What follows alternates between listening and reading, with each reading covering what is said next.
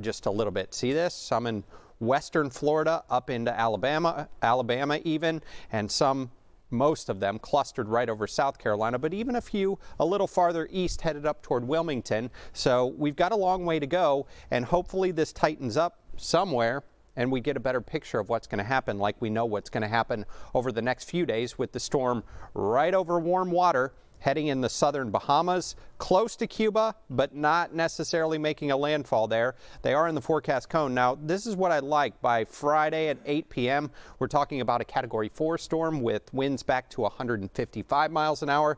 That's still not good, but better than what it is right now. And then there's that turn, and once it makes that turn, it looks like it will probably interact with Florida because over half of the cone is over top of Florida. The other half out over the Atlantic Ocean. So if it stays over water, it's going to keep the intensity possibly at Category 4. But if it interacts with land, there's some weakening. And it looks like it's headed up toward Georgia, South Carolina as a Category 3 hurricane, then moving inland quickly and falling apart, just a tropical storm. So once this does make landfall, it's not going to stick around for a long time. A lot of folks concerned with what Harvey did along the Gulf Coast. I don't anticipate that whatsoever. Here it is compared with a couple historical tracks.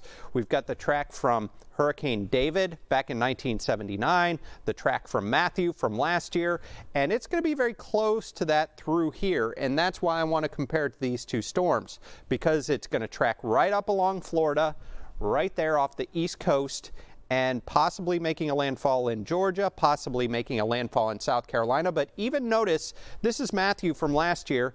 Notice those little wobbles very close to the coast. Those little wobbles make a big difference. Those are the jogs in the forecast track that I was talking about. So we'll have to watch that very closely.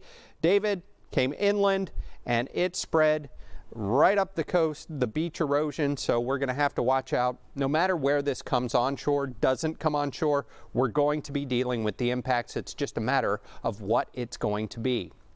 The steering current on Irma, this one has been the steering current as it was out in the Atlantic Ocean for several days, but now Irma is escaping that high pressure center, and as we move forward in time from 2 o'clock this afternoon, and looks like we're hung up just a little bit here, but this will continue off to the west-northwest over toward the Bahamas, and then it's going to move on over toward Florida and up to the north. So eventually we're going to see another high pressure center coming from the northwest, and that's what's going to steer this as it gets a little closer to the United States. So it's one high pressure giving way to another high pressure, and that's why we're going to see it probably make a landfall somewhere here very close to the southeastern coast. So the graphics are frozen up just a little bit right now.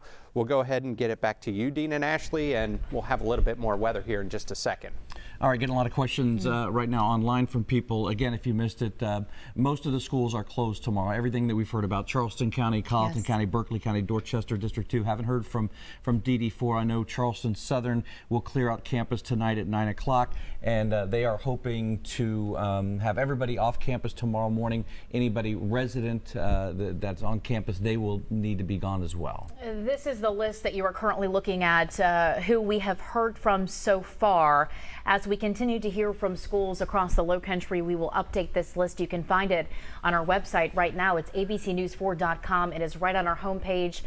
Click that link and then that list will then pop up. We've also heard from the Citadel. They will be evacuating their campus by noon on Friday. I think a lot of it is going to depend as we start to look into next week what happens over the weekend and how this storm tracks, if it comes towards us, what kind of impact we have as to what kind of school. I know Charleston County, most of them are closed through Tuesday, and then it'll be kind of a wait and see process from that point on. It is about 7 minutes after 2 o'clock this afternoon. We are interrupting our regular scheduled programming to bring you a press conference from Governor Henry McMaster in Columbia. He is scheduled to take the podium at any moment, and just as soon as he does, we will bring that to you. This is a live look at that podium now in Columbia. So just as soon as he gets there, we will bring it to you. Also at 2:30 this afternoon, we are told that emergency officials in the Tri-County area, we're talking about Dorchester County, Berkeley County, Charleston County, will all be meeting sometime after the governor finishes his press conference around 2:30 this afternoon. We also will broadcast that live. You know, yesterday, a big difference in 24 hours. Governor McMaster, didn't have a lot of answers. Wasn't quite sure about, let's take evacuation, for instance. Somebody asked him about that. He said it would be a wild guess, but he would guess on Friday. What I'm hearing now is it could very well be early Saturday morning when they start the evacuations. I'm sure that will be addressed today. I will tell you, from being out and about today, this morning, I walked into a grocery store and they had 4 pallets full of water. And by the time I left an hour later, they were gone. Poof. And just like that, poof, Dave Williams joins us again. You were in the grocery store for an hour? Well, I knew the water was coming in at 11. Do you want me to tell you? Knew the exact do you want me to tell you time. the funniest story of the day? Go for it. All right, so I go this morning to get gas at 7:30, right? And so there's not a huge line. We're all kind of patiently waiting, and there's a woman next to me, and she pulls up to get her gas, and then she has found out that her gas tank is on the other side of her car. So she gets out and she's like telling everybody, this is my spot. I'm just going to turn my car around. Everybody just please be patient. And everybody was very kind. You got to take care of yourself. That's the story of the day, Dave. Good. A lot of times you can stretch those hoses across, though, too. By the way, not to be lost in this hurricane forecast. Yes. But what a beautiful day outside today. Gorgeous. Yeah. And we've got that gorgeous weather. That's why it's time to prepare right now, because we're going to get the impacts. We just don't know exactly what they're going to be at this point, and that's why we're being so cautious. That's why we don't want to scare anybody at this point, because we don't know what exactly is coming our way. We know a hurricane is coming our way, and that's bad, no matter what, even if we just get brushed by it. So the steering current for the last several days has been this big area of high pressure out in the Atlantic Ocean. There we are, 2 o'clock. As we wind forward in time, we start to see the hurricane move away from that area of high pressure. Now we've got a new area of high pressure moving in from the northwest. This is Friday at 8 p.m. and it still hasn't even made it close to the United States. It's right there off of Cuba. But as we go from Friday into Saturday, it gets right on to the tip of Florida. There it is, 2 o'clock Sunday morning. And it's still far from us. It's all the way down near Miami. And how much land interaction, we're not sure. But then we really watch this high pressure center. And this high is going to determine if it's able to come inland. I'm honestly hoping that it can just kind of run up the coast before this high pressure establishes itself. But with clockwise flow around high pressure, that's what's going to keep it pinned close to the coast. So it's going to be a close call the whole way. We experienced this last year with Matthew. We were ready for the worst case scenario with Matthew, and it was not good. But we just kind of got brushed by a hurricane last year. This one looks much more powerful because we're a month earlier in the season pretty much, and the Atlantic Ocean water is still very, very warm out there. As far as the evolution of our storm over the next few days, this is what we're sure of. It's going to move right here by Cuba, the Bahamas, and probably stay right out over water. And there we go, up to 10 o'clock this evening. It's still chugging along through the Atlantic Ocean. We continue to move forward Friday, well-defined hurricane still continuing 7 o'clock tomorrow morning. And then as we go through our Friday, it's still not to the United States, maybe a couple of the outer feeder bands trying to get on shore in Miami about 4 o'clock tomorrow afternoon. But as far as the storm itself, it's still way out there. See these lighter colors of orange in the dark red? That is where Irma has been, and Irma has sucked up so much energy out of the ocean. We can actually see cooler water coming up from deeper depths, and that's what you're seeing on the map here, the cooler water around it. Much warmer water in the mid and upper 80s. This is in the lower 80s right here, like the water we see off of our coast, and that's the energy that's fueling Irma. And right now, it's moving off to the north of the Dominican Republic, and it's got plenty of warm water to work with, especially look at this right here around the Bahamas, north of Cuba. That is some very warm water, but it's also shallow water, so it doesn't have as much energy that it can take out of the ocean. So we'll be watching it as it moves over top of that warm water. Off the coast of Florida, there's a little river in the ocean that runs right there, a current.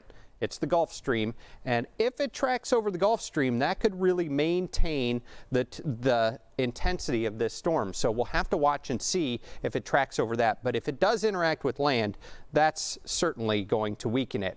82 degrees, that's the nearshore water right here. So if it hugs inside of the Gulf Stream, that may actually weaken it just a little bit. So some things to watch for. Here's what we know with Hurricane Irma. It is a major hurricane. It's going to take a northerly turn eventually. It's just a matter of where. The low country is in the cone, and impacts are expected here in the low country, whether it's just beach erosion or if it's the wind, the waves, possible flash flooding, tornadoes, storm surge. That is yet to be determined. Here is what we don't know: the exact timing of that turn, and that's the big thing. The timing of that turn, and that's going to eventually determine the exact track as it comes up Florida, maybe across Florida, just not sure yet. And the future intensity will depend on whether it interacts with land and those impacts. There are many of impacts on the table, but we don't know exactly which ones and to what degree they will be here in the low country. So this is the worst possible impacts will probably be in Florida, but they could come here as well. And there are three scenarios. One, if it stays offshore, your threats are going to be the rain, the wind, and beach erosion. So that's kind of a best case scenario for us, but we're still going to get battered by the storm. If it comes right up from the north, maybe even stays out, or right up from the south to the north, stays out over the water just a little bit, our threats will be the hurricane force winds. We'll be looking at the storm surge, which is the deadly part of the storm, the tornadoes, and the heavy rain. So all of the impacts would be right on top of us if it takes the middle track. Now, if it goes off to the west, the yellow line here, that would bring some heavy rain, possibly some isolated tornadoes. Now, a similar storm which did something like this was Hurricane Francis. And Hurricane Francis, as it moved right over top of Atlanta, had feeder bands coming all the way off the Atlantic Ocean.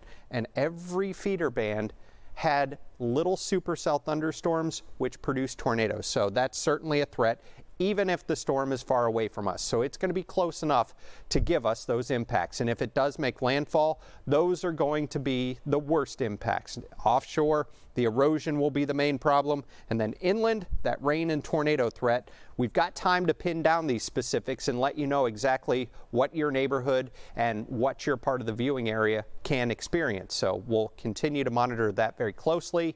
What we want for you to do now is have that family plan in place.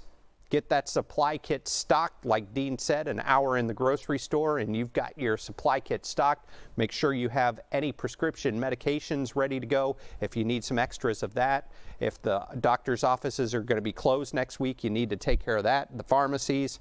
Trim your trees and shrubs in your yard, because if there are loose tree branches, those can be blown around. They can damage your roofs. They can break your windows, and they can go right through the siding. So those missiles are very dangerous, and that's where a lot of people get hurt in hurricanes. So the two things I really want you to remember: keep calm out there. We have time with this storm, so take it easy. We'll get through this just fine. I'm going to be here the whole time to get you through it. I know some people can't evacuate if we do have to evacuate. We'll be the voice of reason here, bringing you the latest updates, and that's what we're going to continue to do. And we'll have a clearer picture as we get closer to the event. I'm looking at the timing on this, probably Monday. We could start to see some tropical storm force winds as early as Sunday night, but it looks like most of the impacts will be felt on Monday, so that's still several days away. We've got Friday, we've got Saturday, and maybe even part of Sunday, but I hope you have everything done and ready to go on Sunday, as if the storm will be here on Sunday. But Monday is going to be the main threat, and that's what we're watching for. So I'm going to go ahead and toss it back over to Dean and Ashley, see what they've got for us. Let me ask you this question while we still got you, because I'm a man of many questions. When we looked at the, your point was always don't ever look at the center line, which is kind of like don't look at the eclipse, right? It's hard not to do. But I can't stop looking at the center line. Yeah. That has changed a little bit. But as you look at those spaghetti models over the last 3 days, are they concerning to you that they've been so, I guess, in fluctuation?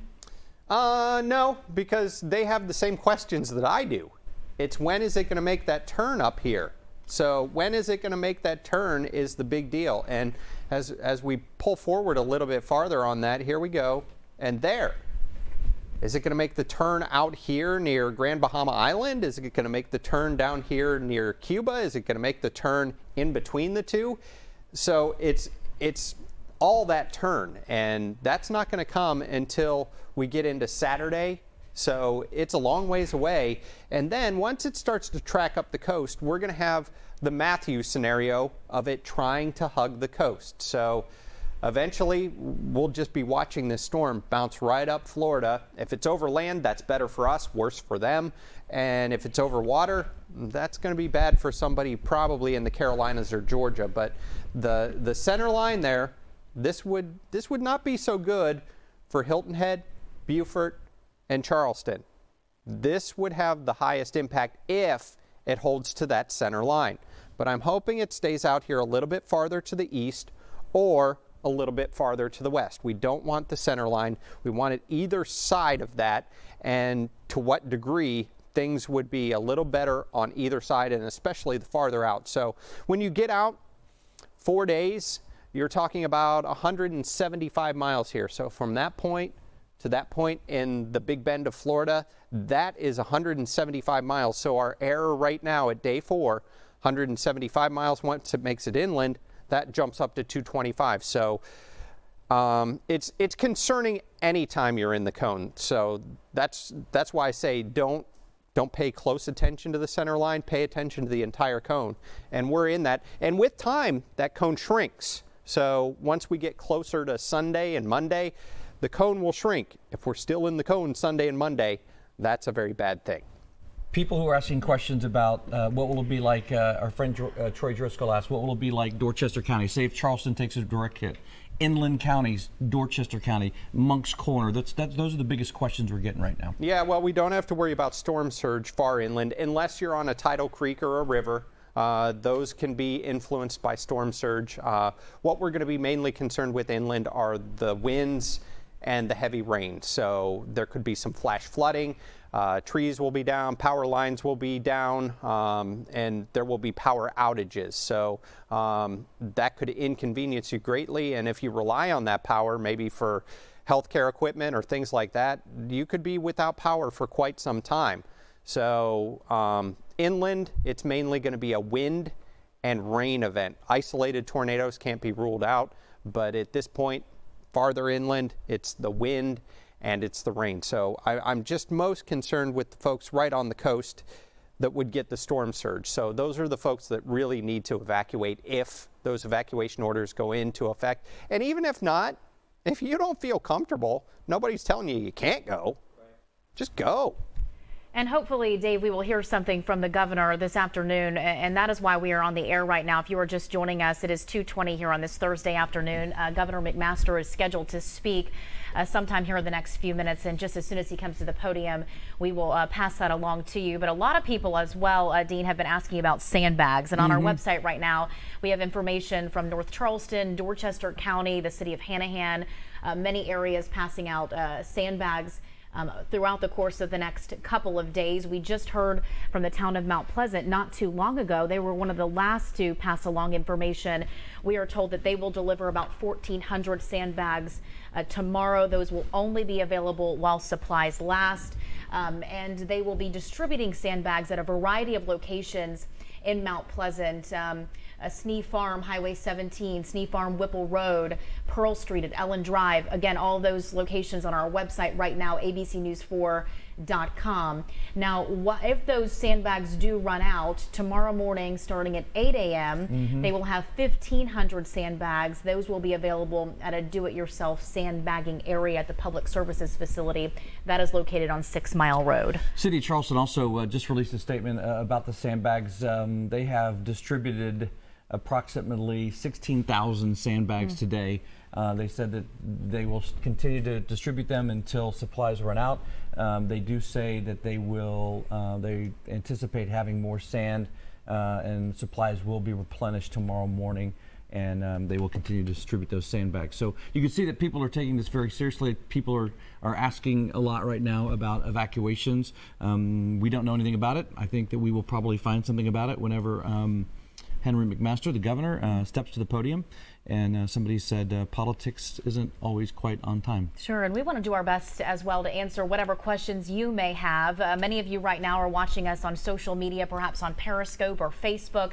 If you have a question, leave it there for us. We are monitoring those comments, and we'll do our best to get our Dave Williams to answer those as well.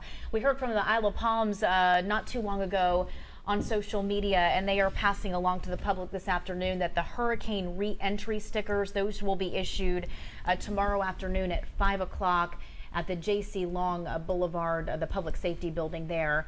Isle of Palms right now is out of sandbags. That happened yesterday as well. They got some shipments back in this morning, and they are working on getting more into the Isle of Palms this afternoon as well. I think the other thing, and Dave will talk about this in a minute, if not, he's going to have to now because I said he would.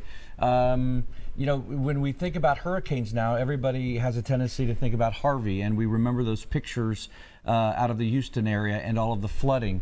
And the thing about this hurricane, unless for some reason it decides to just stomp on the brakes and stop right on top of us, this will not be an extremely huge flooding event.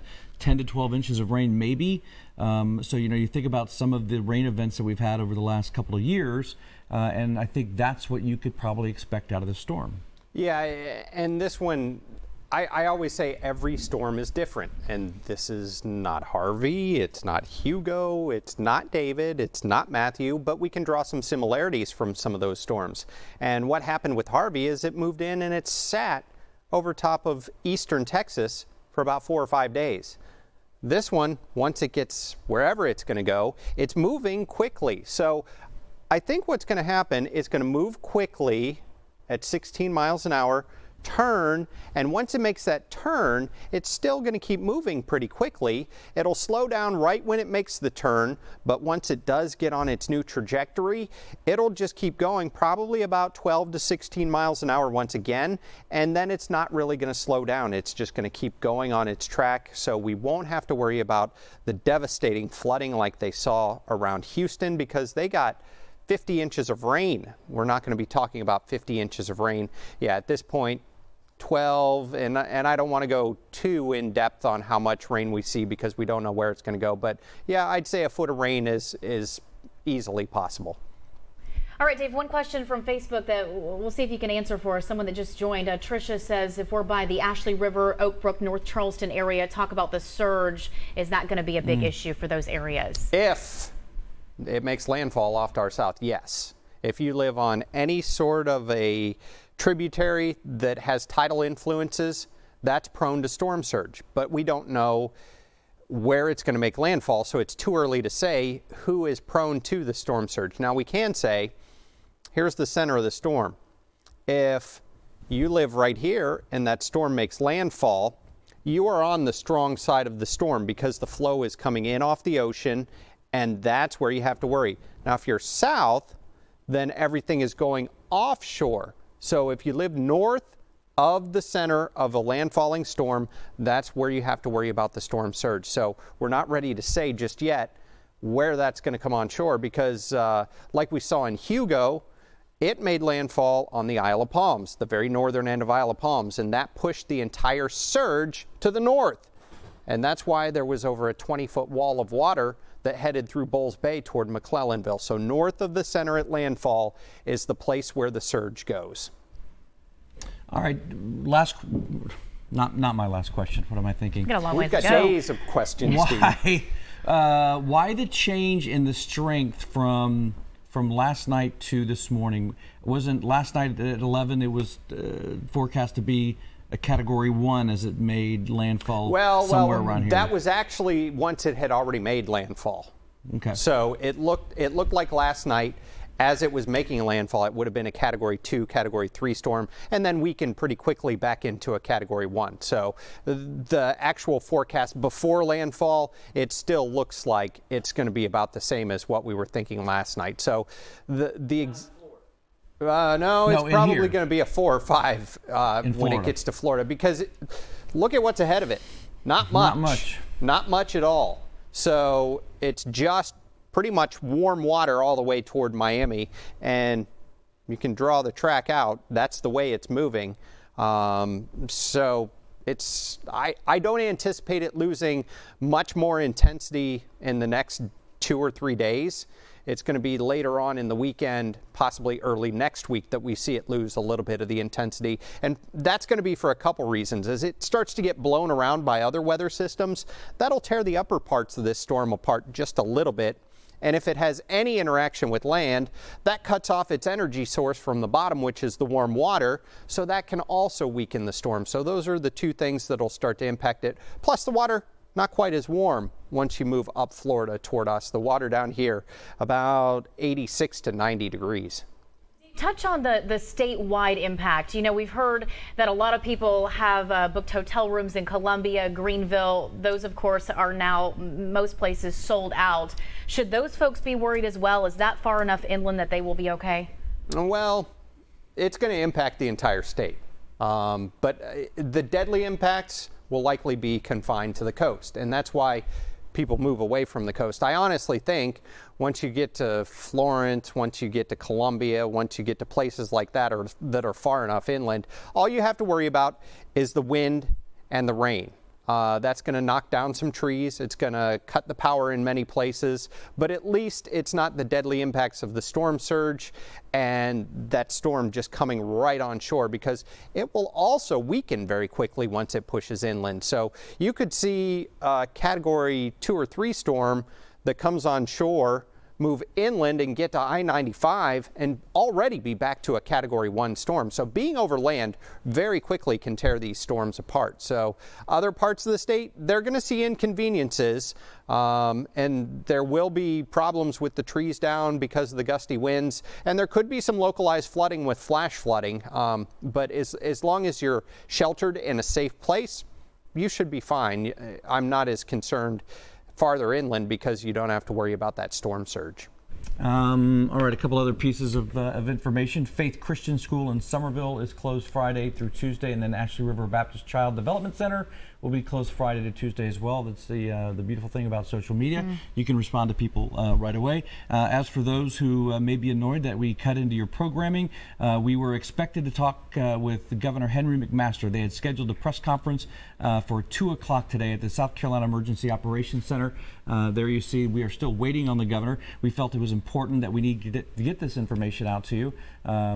We unfortunately don't have inside information as to what the governor may be doing right now, but I know that we are waiting for him, and then we'll be joining Charleston County EOC Emergency Operations Center as well. Yes, Berkeley County, Dorchester County, they will be participating in that press conference as well, which is scheduled to begin right after the governor finishes his press conference. The big news, though, this afternoon that we have learned just in the last hour, if you were just turning on your television or joining us perhaps on Facebook, is those main school districts, Berkeley County, Charleston County, Colleton County, Dorchester County District 2, they will all be closed starting tomorrow, running through Tuesday. I do not believe we have heard yet from Dorchester District 4. Still waiting to hear from them as well. But if you want to see that running list, we have the full list for you provided on our website. It's on our homepage at abcnews4.com. I would imagine they will probably follow suit, as will Georgetown County Schools as well, because I think most people at this point in time not really understanding what we can expect. That people will start looking to, if they're going to evacuate, leave on Friday and then see what the forecast shows over the next couple days, Saturday and Sunday. If this thing stays out to sea and looks like it will, create an impact here, then I think the evacuations will probably pick up starting early Sunday. I was out a little bit in Mount Pleasant earlier this afternoon, and many of those gas stations that we had talked about yesterday that had run out of gas last night, they were back up and running, had gotten new shipments in today. But again, those long lines that we have been seeing are continuing throughout the afternoon. And Dean, when I stopped to get gas last night, literally took me like 5 minutes to pump $15 worth of gas. It was just trickling in. Getting a little bit what was left. So bottom of the barrel. The bottom of the barrel. Well, I think the good news as for what's going on, and we'll always hear from those who may or may not agree with how we cover the storm. I think our verbiage as it pertains to this storm, that we have been right down the middle, even though we're not supposed to look at the middle line. And I think that is one of the reasons I have such great respect for Dave, is that he keeps it fairly neutral and it doesn't use scary words, which I think, you know, if you've gone through Hugo or you went through Matthew or you looked at Floyd and you look at the pictures of Harvey and you know people who were impacted by what happened down there, you know, I don't think we're in that position right now where we can, you know, start talking doom and gloom and destruction and the brutal truth, because we don't know. The one thing that we do know is that we don't know. And we've been saying that all along. And I think, as we said, Friday we'll get a better idea. Saturday we'll get a better idea. Sunday, I think we'll exactly know. And the good news is that many of you are listening to those warnings and preparing your family as needed. So continue to do that if you have not already. A lot of people right now on Facebook asking about sandbags. One woman in particular asking about Hanahan. The city of Hanahan, or the town of Hanahan rather, will begin issuing sandbags at 4 o'clock this afternoon at the City Hall. You must have a photo ID, though, to pick up those sandbags. Again, that is at Hanahan City Hall starting at 4 o'clock this afternoon, about an hour and a half from now. We have a running list on our website. In case you're wondering where you can get sandbags, just go there. It's abcnews4.com. And I think as it comes as for supplies, I think most grocery stores receive shipments of water. They say periodically. They're trying to space them out, but the one grocery store and one of the managers I talked to today is they are getting a third of what they have ordered getting in. So obviously there is a low supply of water all across our state and all across this area. So you know, morning hours is a good time to go check it out. For gasoline as well, check those morning hours. You know, it's amazing to watch the business and what's going on with the grocery stores right now. I think, from what I understand, they are wringing double the amount of money they usually make in one day, and just an average day in June, they are doubling that here over the last couple of days. And I think that all goes to people being prepared, not standing by and seeing what happens. We heard from the governor of Georgia this afternoon. He already has issued a mandatory evacuation for the city of Savannah, other coastal areas as well. That coming in this afternoon. We heard from President Trump as well. He told the public, quote, "We are with the people of Florida." He spoke in the Oval Office this afternoon, telling his administration he's very concerned as this record hurricane approaches the U.S. mainland. But he also said, quote, "We think we are as well prepared as you possibly can be." Those words coming from the president late this afternoon. So this is really what you need to know.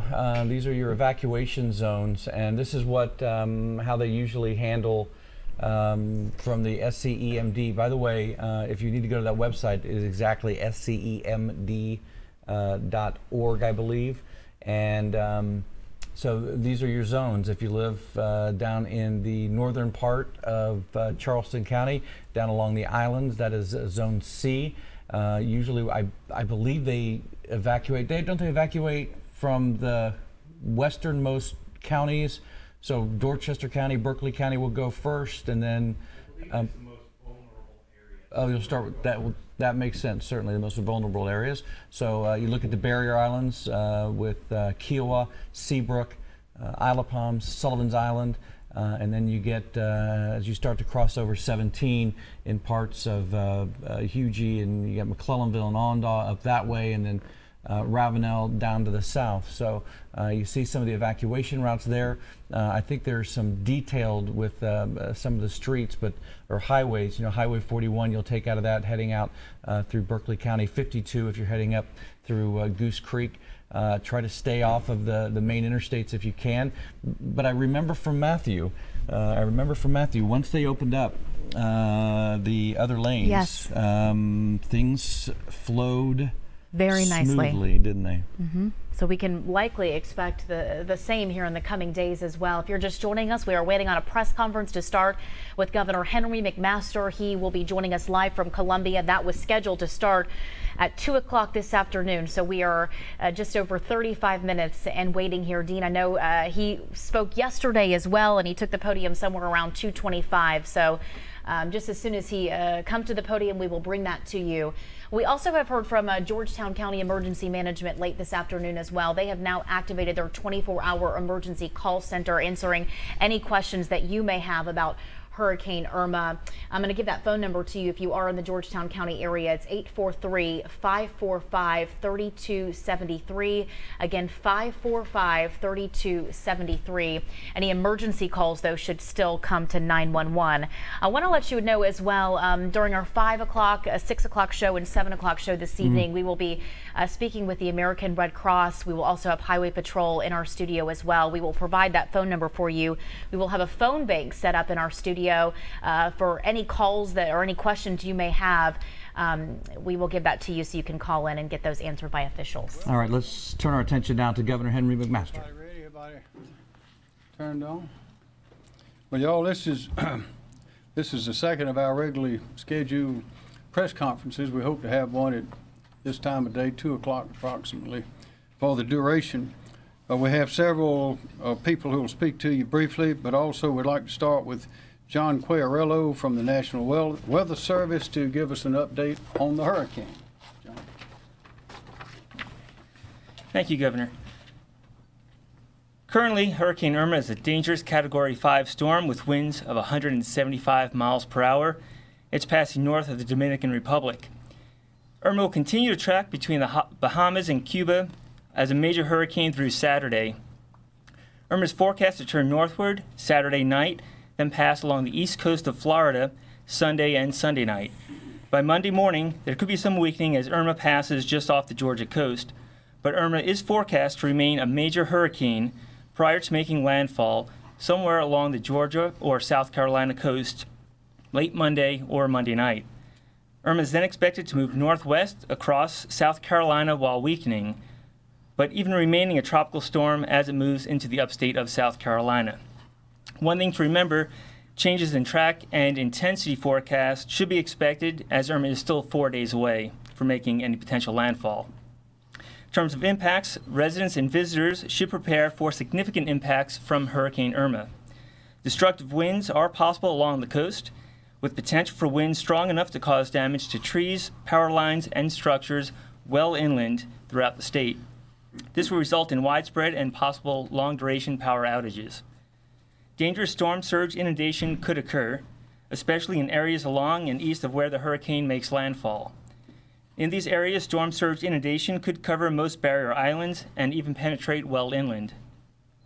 Significant amounts of rainfall are possible, especially closer to the coast, and could result in flash flooding. We also want to watch for the potential for river flooding next week as well. Please take this time now to prepare for these potential impacts to the state and follow the advice of local emergency management. Thank you. Any questions, Mr. Quagliarello, National Weather Service? Sir, can you talk about rainfall and how it compares to the October flood or even Hurricane Matthew last year? Yeah, the good news with this storm, it's going to be fairly quick moving. So while we will have high rainfall amounts in some areas of the state, we could see in local amounts over 10 inches of rain in some parts of the state. The storm's not going to sit in one spot for a long time, so it's going to move through. So we can expect to see some localized flooding, but we don't think to the extent of what we saw back in October of 2015 or even last year with Hurricane Matthew. So winds will be the biggest threat then? Storm surge along the coast will be a big factor. This is going to be a major hurricane potentially making landfall. And then the winds, yes, the hurricane force winds. And the one thing to remember, these strong winds are going to extend all the way inland throughout the state. Where if you look at, Matthew last year, those winds were really focused for coastal areas. So we're going to see those wind impacts farther inland. How significant do you think the wind impact will be? Let's say if the hurricane is at least the strength of Hugo in the Midlands and maybe even in upstate. Yeah, I think it's certainly possible, depending on the track and the strength of the storm when it makes landfall, that we could see at least hurricane force wind gusts all the way here in the Midlands, and certainly tropical storm force winds even in the upstate of South Carolina. So that would be certainly enough to produce some damage. Any more questions? Okay, thank you. Don't go anywhere. We might have something in a minute.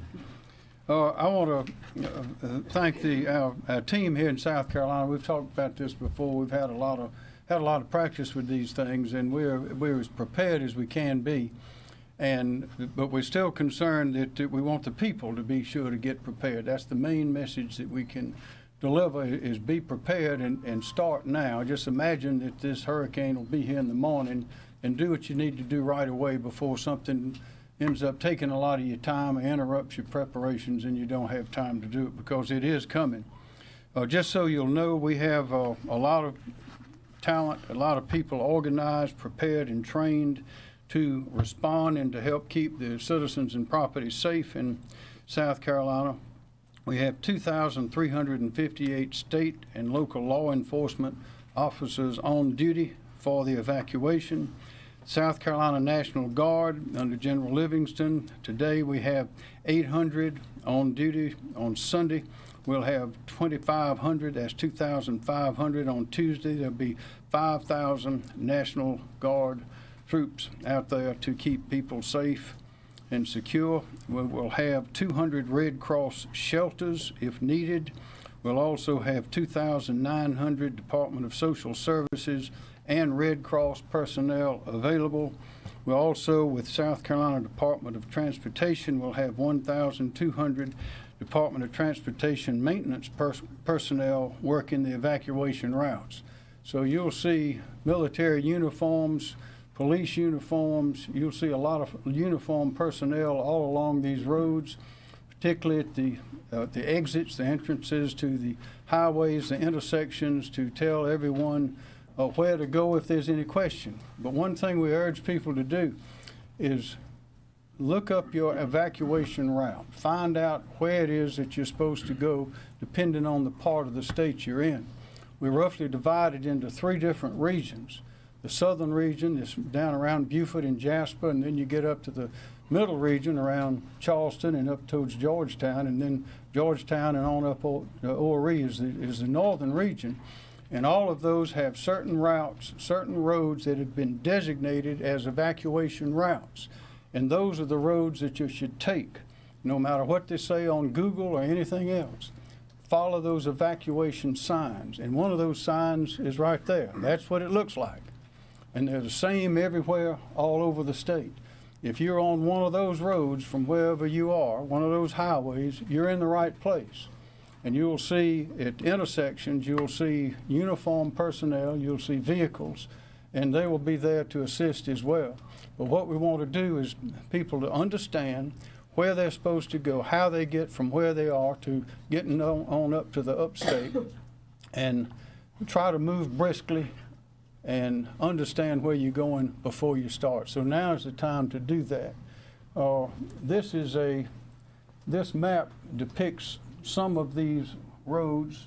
We'll have more explanation about that in a minute, but those are the ones to follow. Also, we will at some point, we will have a reversal of lanes on I-26, and we will also have reversal of lanes around Myrtle Beach and also around Beaufort for a few miles there, but I-26 will be reversed all the way from Charleston up until I-77 in Columbia. And that will take place, we believe, at about 10 o'clock on Saturday morning, at which time that would be the same time that if things are going as they're going now without much change, that will be the time that the evacuation order, which I will issue, will take place, will be effective. That is, as of 10 o'clock this Saturday morning. I've issued an executive order today requiring the owners of 2,370 public and private dams in South Carolina to immediately begin lowering the water levels as necessary to accommodate heavy rain levels. What that means under the law is they should go examine the dams, understand that rain is coming, make a decision as to how much water should be left in that, behind that dam, and lower it appropriately. And if that is not done, we have the authority for DHEC to go and help them do it, and do it themselves if the owners refuse to do it or are not able to do it. On healthcare facilities, I've issued an executive order today requiring the evacuation of facilities along the coast in the potential impact zones along the coast. This is nursing homes, healthcare facilities, from Hurricane Irma as of 2 o'clock today. That order takes effect as of 2 o'clock today. Where are those? What counties are they in? Those facilities, healthcare facilities, are located in the counties of Jasper, Beaufort, Colleton, Dorchester, Charleston, Berkeley, Georgetown, and Horry. I'll repeat them. The counties of Jasper, Beaufort, Colleton, Dorchester, Charleston, Berkeley, Georgetown, and Horry. That is where the health care facilities need to begin evacuation as of 2 o'clock today, which is just passed. What is a health care facility? A health care facility includes hospitals, nursing homes, assisted living facilities, alcohol and substance abuse hospitals, and other similar types which are listed in the executive order. I'll say it again. Those health care facilities include hospitals, nursing homes, assisted living facilities, alcohol and substance abuse hospitals, and other similar types which are listed in the executive order. As I mentioned, I intend to issue an evacuation order which will take place as things now stand at 10 o'clock on Saturday morning. It is also at that time that the lane reversals on I-26 and several of the other roads in the other zones will have their lane reversals beginning to be in effect. And that means you will not be able to get on the road at the end at which the traffic is flowing. And all the lanes will be going in one direction. Also, it's likely that I will announce tomorrow that schools and government offices will be closed on Monday, September the 11th and Tuesday, September the 12th in some or all of the 46 counties in the state. Again, I will announce tomorrow, it's likely that schools and state government offices will be closed on Monday, September the 11th. Remember, we're expecting the storm we start feeling some strong winds on Sunday evening, Sunday night, and we expect to feel the full brunt of it on Monday. So we expect to close those schools on Monday, September the 11th, and Tuesday, September the 12th, in some or all of the counties. Why would we close the schools away from the coast on up in towards the upstate? That's because we're going to have a lot of people trying to get away from the coast and to go to the Midlands and the upstate. So we can't have school buses and children and a lot of traffic there. We're trying to clear it out as much as we can to allow this flow of traffic to go unimpeded. And there's one other thing to remember. Since 1999, we've not had a hurricane come to South Carolina after first traveling up the coast from Florida through Georgia and then to us. What that means is we are already experiencing additional high levels of traffic from those states coming into our state to escape the storm and to get to safer ground. So as that storm proceeds on, there'll be more and more people from Georgia and from Florida coming through South Carolina, which will add to the burden on our highways. So what we urge everyone to do is get prepared. If you can leave now, go ahead. But be sure, as we tell everybody, be prepared. Remember to put your important papers, particularly insurance papers. If you have insurance on your home, you might want to have those papers handy. Any valuable photographs, photograph albums, valuables. Remember to turn off the stove. Do a lot of simple things like that as you leave your home. Remember your pets. Have food, medicine for yourself, but also for your pets. Have leashes for your pets. Inform your relatives of where you plan to go. Lock your house, apartment, business. Be sure to have your credit cards, any kind of identification you think you may need. And remember, we do not know when you will be able to come back to your home or your office. But until it is declared safe to do so by the local authorities, and we will alert you to that as well, you will not be allowed to go back to your home or your office. So lock it up tight and leave, and be sure to take what you must have with you. We are informed by the Petroleum Association about gas supply. There may be some spot shortages, temporary shortages, but we do not think we could run out of gas. The stations are being resupplied. The worst thing that we can do is panic and everybody run out and get more gas and fill up a lot of containers and things that they're really not going to need. If we have a deliberate but constant process that is set out by these signs and by the directions and the instructions and information that we'll be disseminating, we ought to be able to have a good, orderly process that will keep us all safe and secure and protect our property. So that's the beginning of this message. Does anyone have any questions for me before we go farther? Yes, I'm unclear. Or have you actually ordered an evacuation? Or are you saying? No, ma'am. Okay. Not yet. Just a healthcare. Right, but you said 10 a.m. Saturday. What's... That's right. That is when, if I order an evacuation, that is the time at which it will go into effect at 10 o'clock Saturday morning. Saturday morning. Same thing for the reversal of the roads. Will that be a mandatory evacuation? Yes, ma'am. And the coastal counties that you listed that are already ordered for healthcare facilities, Right. would those be the counties that would be impacted by the 10 a.m. evacuation on Saturday, or would it be more of the state? No, that will be described fully later, but we will have to judge the storm. It'd probably be unlikely, in response to your question, from somebody from Oconee County to evacuate. But Governor, you're yes, talking about funneling people away from the storm into Columbia and the upstate. Is there any concern that the track could come up to Columbia and on up to the upstate? Because those very people are trying to get away? Yes, there is. That's why we're urging people to go ahead and go right now if you can.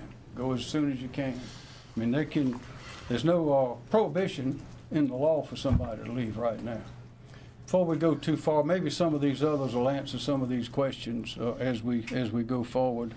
General Livingston. The governor talked about the movement of personnel. Just want to kind of give you a summary of that. We have activated 800 National Guardsmen to do planning and to assist the Highway Patrol and DOT in lane reversal at traffic control points.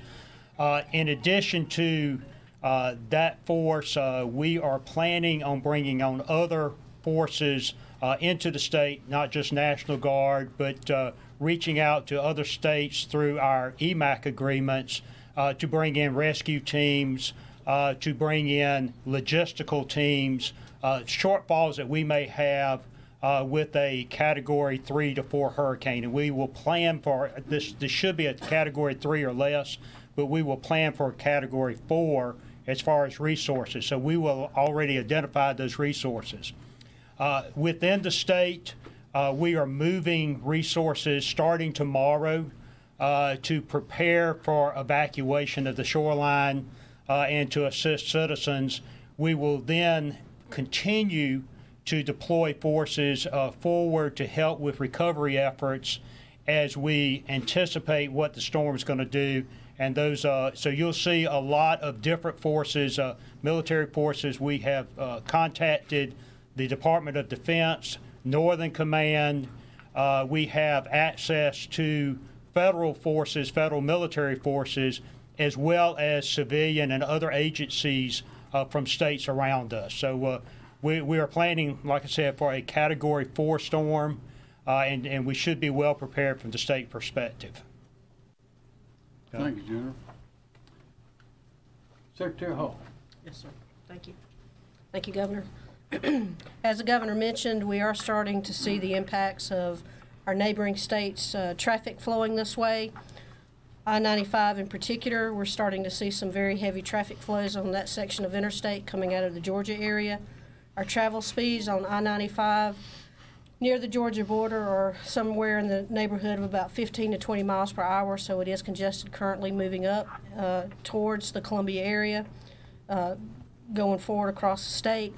We're seeing similar delays on the I-20 and I-85 corridors coming in, again, from the Georgia area. We've estimated that approximately 27,000 additional vehicles have entered the state from the I-95 area above and beyond what our historical numbers have been since midnight on Tuesday. As the Governor mentioned, it's imperative that you prepare for your trip whenever you evacuate the area, food, fuel, medicine, etc. We ask that you be patient. As we already mentioned, there is congestion on some of the roads currently. There will be heavy traffic and it will be slow moving in some of these areas. But we are preparing to assist motorists move through the area with signage, folks directing traffic, signal adjustments, looking at message boards. We've moved forward with implementing comfort stations, which means water and additional restroom facilities at our rest areas all across the state in order to accommodate the increase.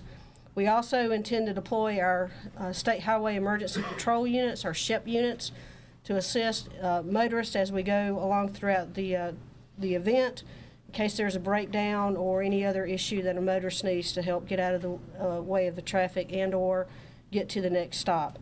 Again, as the governor mentioned, use your designated evacuation route. This plan is only going to work for us if it's dispersed traffic. So know your map, understand which route is closest to you and makes the best sense to get out of the area.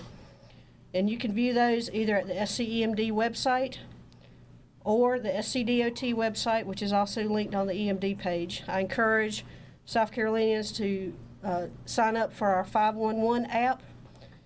And also, we have resources available at our 1-800 number, which is 1-855-GO-SCDOT, which is 1-855-467-2368, and we will be more than happy to provide personalized travel assistance to any person in our state. Thank you, Governor. Thank you, ma'am. Director Smith. Thank you, Governor. Good afternoon, everyone. As the Governor mentioned earlier, we have over 2,300 law enforcement officers and South Carolina National Guard personnel assisting with our evacuation efforts. The Governor also mentioned earlier about the regional evacuation zones. We have 3. The northern zone in the Horry County area, the central zone coming out of Charleston, and the southern zone in the Beaufort County area. I could not overstate the importance of following your evacuation zones. Please know your evacuation zones. You can go to the EMD website, the SCDOT website, the SCDPS website, and it will forward you to a link to the EMD website. Those zones are designed not to interfere with the other regional evacuation zones. They are designed to get you at least 100 miles inland to get you to a place of refuge. In addition to our local evacuation zones, we have 4 lane reversal routes, and the governor mentioned it earlier. We plan to do that Saturday morning. Those 4 routes are US 501 in the Horry County area, I-26 in Charleston, as the governor mentioned, from Charleston to Columbia, US 21 in Beaufort County, as well as that's Beaufort, and US 278 in Hilton Head. Again, please follow your evacuation orders. I would like to direct your attention to this sign here. Please, if your area is designated to evacuate, please follow that sign and not the cell phone, not the GPS. Those things could change. GPS could take you to an area that is not designated as an evacuation route. So please follow the evacuation sign and not the GPS. And on a final note, just 3 points again. 1, please know your evacuation zone. 2, please be patient. We know that our roads will probably face maximum capacity. It's going to take longer than normal to get to your destination, so please be careful. And 3rd, please be prepared. The governor mentioned some things before. Make sure you have a full tank of gas, a cell phone with a charged battery, water, supplies for the kids, medicines, and so forth. Just please be prepared. That's all. Thank you. And for example, on I-26, when the lanes are reversed, if you're on the west side, you may not be able to see the signs indicating what is available at that exit. So we're going to try to have the signage out there to reflect that, but you need to be aware that you'll have to be on the lookout for that, because as you know already, they don't have filling stations and food and restrooms at every exit anyway. But if you're on the wrong side, on the west side of I-26, and you're headed on to Columbia and points north, you may not be able to see those signs. You're certainly not going to be able to get to those exits on the right-hand side of the road, so you'd be going up the wrong way on the exit that used to come in to the southbound or eastbound lanes. So just be aware that you're going to need to be on the lookout. We'll try to have plenty of signage out there. But again, for what the Director of Public Safety, Leroy Smith, said, those signs have stood the test of time. They work. Those routes work. They've been tested. The roads are clear. They've been ridden recently to be sure that they're all open, clear, everything's on them working, no obstructions. And if we follow those signs, and you'll still have to be a little patient even on all of those roads, there are a lot of them. Be patient and follow those signs, and you'll be safe, because there'll be regular patrol, there'll be officers, military and law enforcement, all up and down these routes that have been selected as evacuation routes, and including I-26. They'll be all over the place. If you get off on some other road somewhere, you might be out there by yourself and stuck with a tree or high water or something else, and you might not be able to get back where you want to go. So just stick. We've got a great plan. Your team in South Carolina has done a fine job in preparation, and we're about as ready as we can be on this side, but we want the citizens to be prepared. Start now. Start thinking about what you're going to do. Get yourself ready to go, and go as soon as you can. If this storm doesn't dramatically change direction and go out to sea, we're going to have to be evacuating, certainly no later than early Saturday morning. So, are there any more questions? How long will lane reversals last? Yes, sir. Well, one thing that we don't want is to put our responders in harm's way. So worst case scenario, we will demobilize well before the onset of tropical storm force winds, because as we know, we don't want to, again, put our responders in peril, and we need to retrieve that equipment for not only the next event, but for the post-landfall response. What that means is these people are not going to be out there when it's the full blast of the hurricane. They're going to be gone just like everybody else. So that's why we have to start now. How many health facilities and patients are impacted? Any idea? Where's the DHEC? Mr. Wilson? Thank you, Governor. Mr. Wilson from DHEC. There are 143 inpatient health care facilities in the counties in evacuation zones that have been identified in the order that the governor has issued today. Any idea how many patients? I'll have to find that number and get to you. I don't have that with me. Any special measures are taking to get those patients out?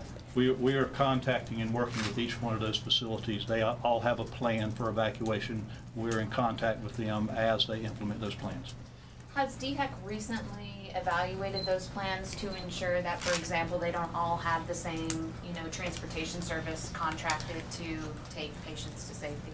We work closely with the transportation facilities, entities as well, to make sure that those are available.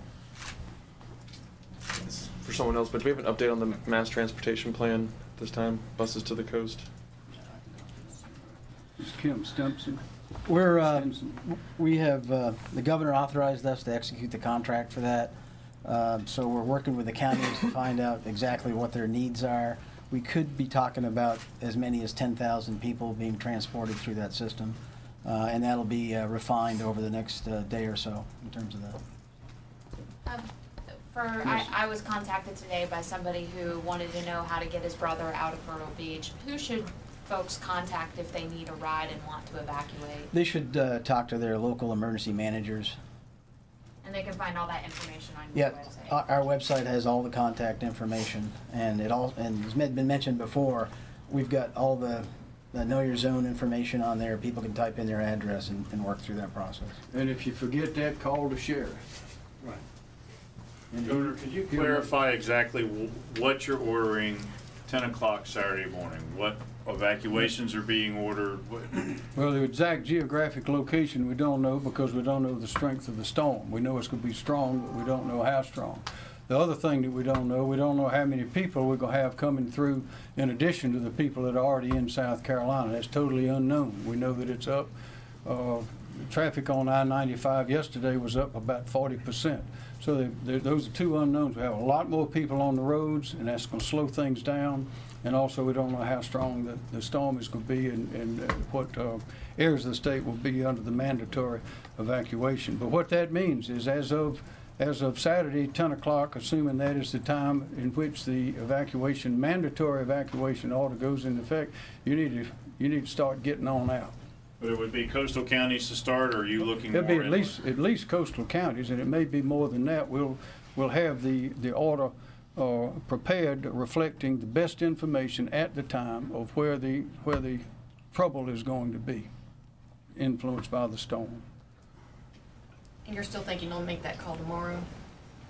We'll be studying, yes, but we'll be thinking and gathering information right up until the time we issue the order.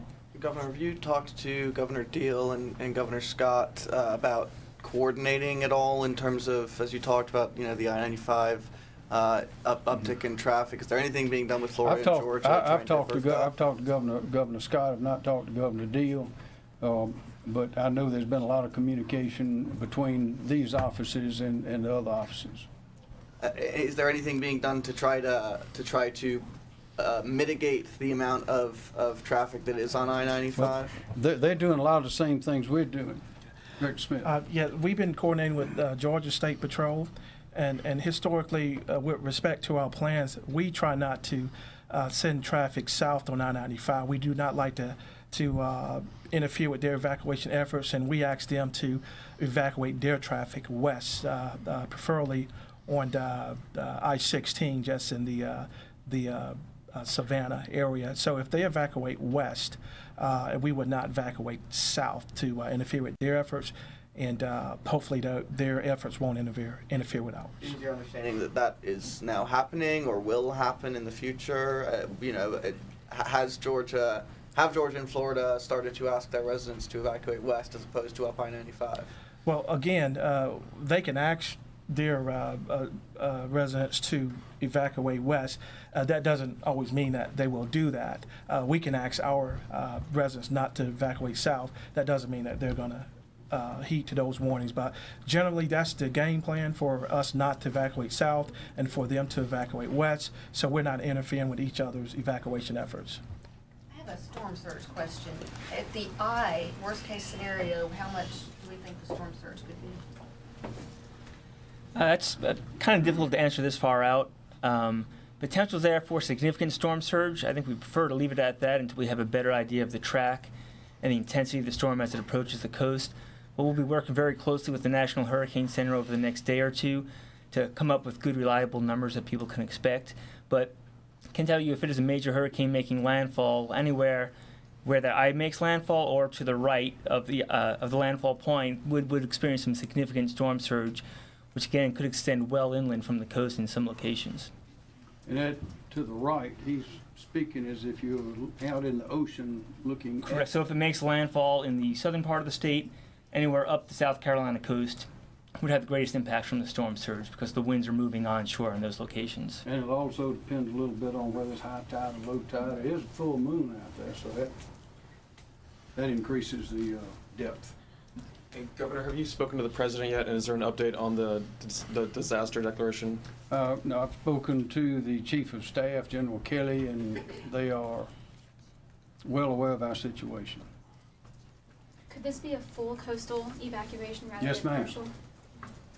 As far as the shelters go, you mentioned that they'll open as soon as any evacuation order takes place. So are we looking at sometime Friday that the shelters might be open, timed with the announcement of an evacuation order, or would it be Saturday morning at 10 a.m.? Well, a lot of the shelters will be in the schools, so of course they can't start until the schools are empty. So that would depend on the local speed that they can accomplish, but we expect them to start open, many of them to be open on Saturday.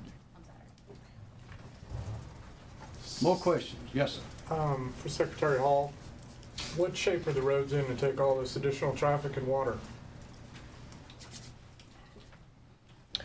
Well, as far as the traffic goes, we're constantly monitoring that. We have real-time data on our traffic volumes, speeds, and the number of vehicles on our interstate facilities and our major routes. So we're constantly monitoring that and looking to mitigate any kind of traffic jams as quickly as possible. So we're looking at that real time. Road conditions, I mean, they are what they are at this point in time, and so as the governor and Director Smith mentioned, we have gone out and looked at all the evacuation routes, make sure that the roads are in all passable condition, good condition, and we've restricted any kind of road work on these particular routes going forward. So the lanes should be clear and open and ready to receive the traffic. I have a wind question. For those that are inland, should there be any concern for those that may be living in mobile homes or structures that may not be as sound as brick or anything else?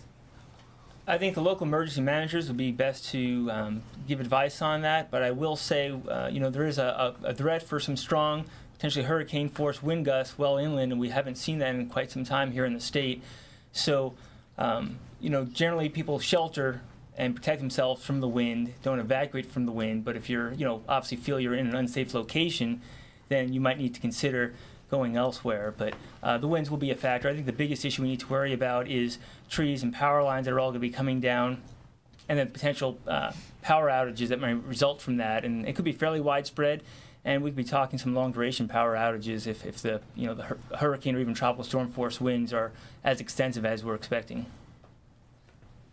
Now, I'd like to remind people, once the wind has gone away and the water has subsided, that does not mean that everybody will be able to go home or go to their office, because you have power lines down, you have roads blocked, no telling what sort of situation there'll be. So we are relying on part of our team here in South Carolina. That's the county sheriffs and the local management people to provide the information along with the information we have to see when the all clear can be given. But that's one more reason to take what you need with you, have it with you, because we don't know when we'll be able to go home. Do you have any idea the number of hospitals in the evacuation zones and how the process will go for that? Mr. Wilson? I do not have the exact number of hospitals. Again, we'll be contacting each one of them about their evacuation plan and what they intend to do and how they'll be moving their patients. So wait a minute, the 143 that you mentioned earlier, what did that? That included hospitals, nursing homes. That's everybody. That's everybody, yes. All those that had inpatients. Sorry. That's all right. More questions? Where are we at on the evacuation timeline in terms of hour? Maybe Director Stinson would know. Yes. According to our plan, we're right on track right now. So one of the things we'll do tomorrow is the State Emergency Operations Center will move to OPCON 3 and will be fully activated. But according to our plan, we're right on schedule. So we're clear, when you plan to call for the evacuations, would you do that tomorrow at this time, or would that be Saturday morning? We'll wait and see when we have the best information, because we want to base that on all the facts, all the information we have at the time. But we're confident that, not 99% sure, I would say, 99% sure that it will take effect at 10 o'clock on Saturday morning. Governor, may I say something sir. about that? General? The evacuation is timed so that there is enough time to completely evacuate all the necessary people in the allotted time. So what we do is we take the onset of winds and back it up is basically 48 hours, 2 full daylight periods. And so that's kind of how we get on that Saturday morning piece, and that takes us through Sunday. And then you're looking at the tropical force winds sometime early Monday morning, and then that's when we start closing those lanes. So it gives you an idea that there's plenty of time to evacuate, but if you want to get out early, that's not a bad idea either. General Livingston, you said yesterday that the responders who had gone to Texas were coming back. Have they all arrived back now? Are they all in South Carolina? All of our responders are back except a small control cell. We have also a piece that we don't always see is that we have troops that are deployed into combat in Afghanistan and other places. We're replacing them with light troops from other unaffected states. So as far as our capabilities, we're basing our requirements on what the storm requirements are, not what we happen to have in state. If we don't have it, we're bringing it from an unaffected state. Governor, is there any concern at the federal level, given everything that's still going on in terms of the recovery efforts with Harvey, given how this is going to affect several states along the coast, Florida, Georgia, South Carolina, about the amount of resources that the federal government has to be addressing all of these different situations at once? No, sir. Any more questions? Thank you for coming.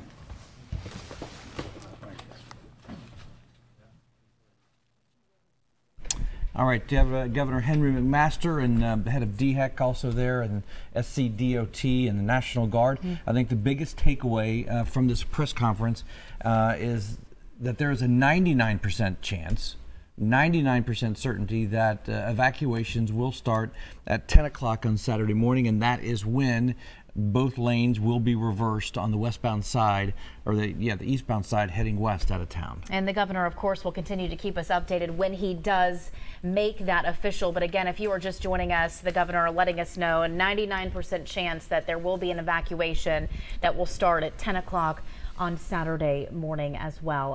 He mentioned that he does not believe that the state will run out of gas, that gas stations are continuing to get shipments in, so if you have yet to fill up your tank, do so now.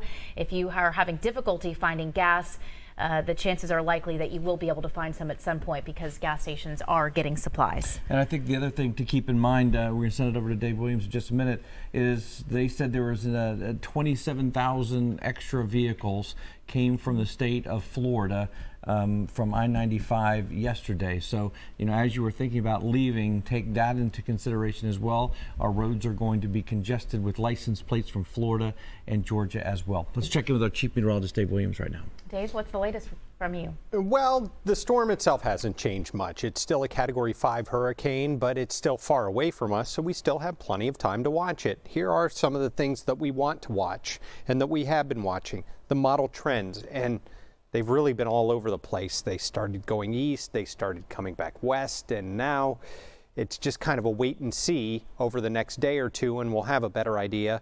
And we're going to see jogs in the forecast track from the National Hurricane Center. We may even see a jog as soon as 5 o'clock this evening, with a little shift maybe off to the west, which would hopefully bring some more interaction with land.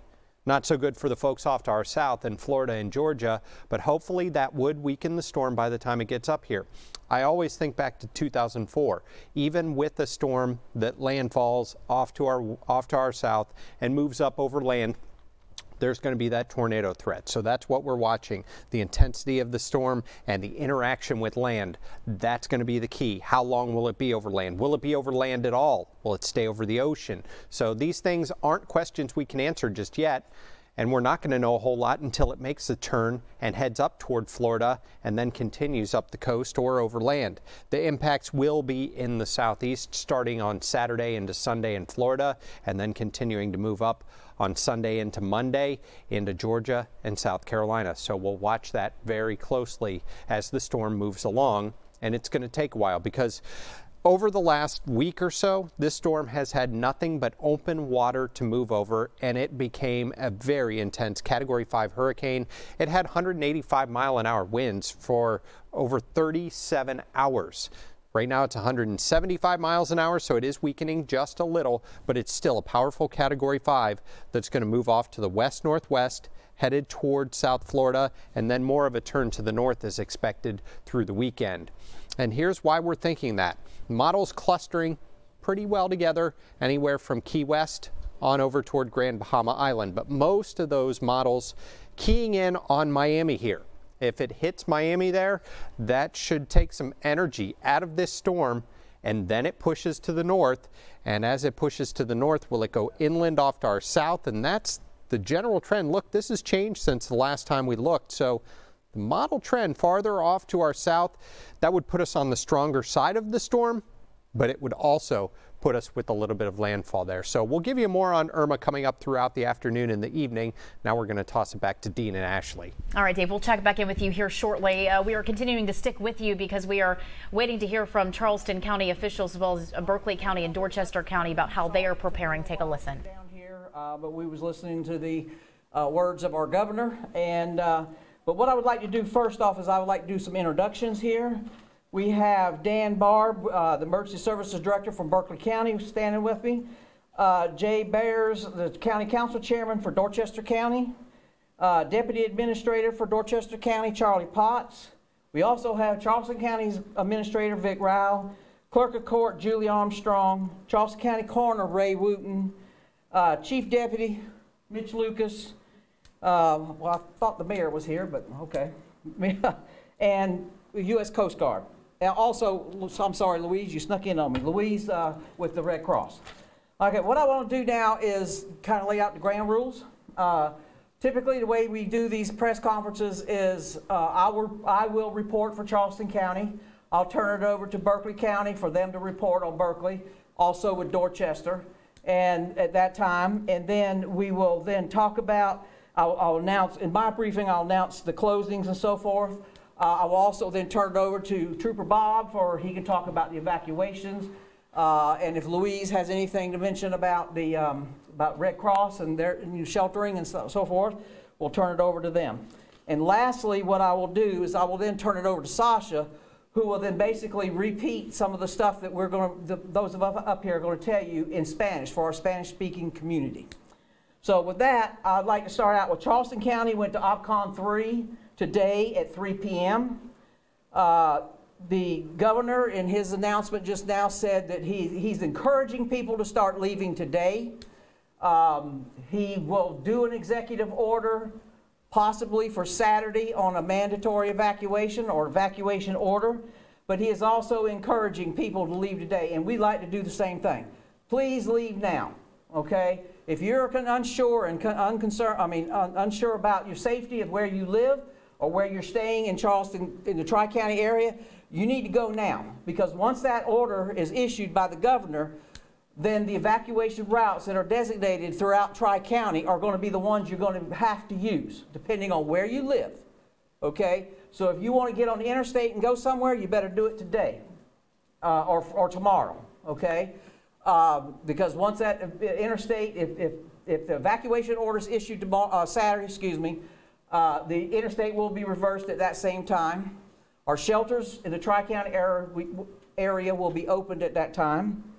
The governor did do an executive order for a mandatory medical evacuation. And basically what that means is hospitals, nursing homes, any healthcare providing facility that have 24-hour stay for their patients need to start evacuating, and should have started at 2 o'clock today. So it's a mandatory evacuation today for healthcare facilities and providers, okay? I want to clarify that. Again, once we know when when the governor does the order for the evacuation, then our shelters will be available at that time, and we will at that time announce those for Charleston County, and Berkeley and Dorchester will do the same with theirs.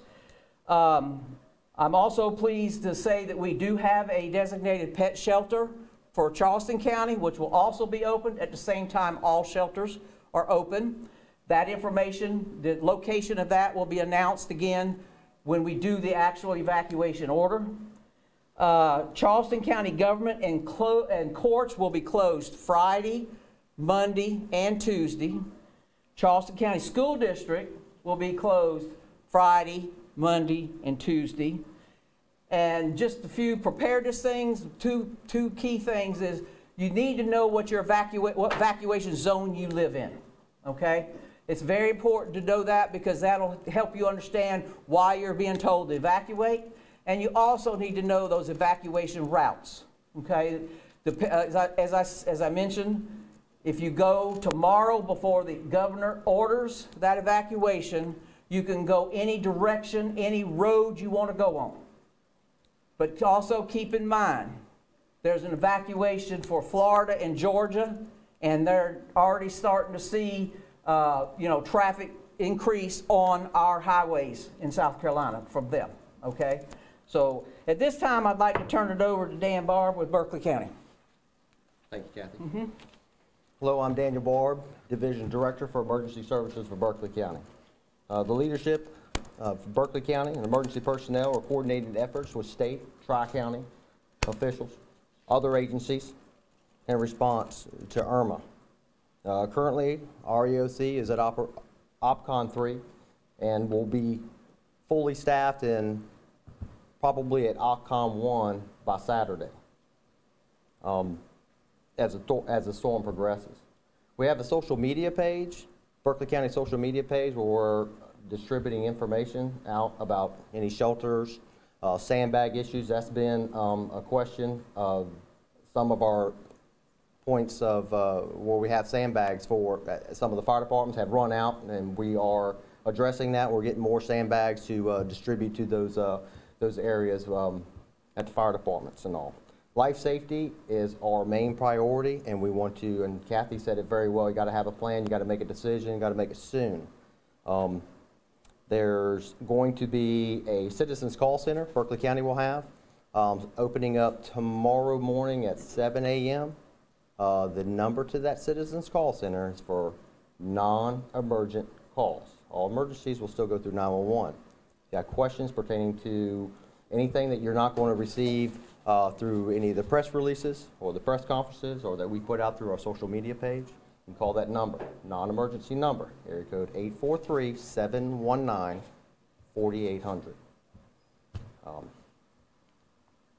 And that's all I have to report right now.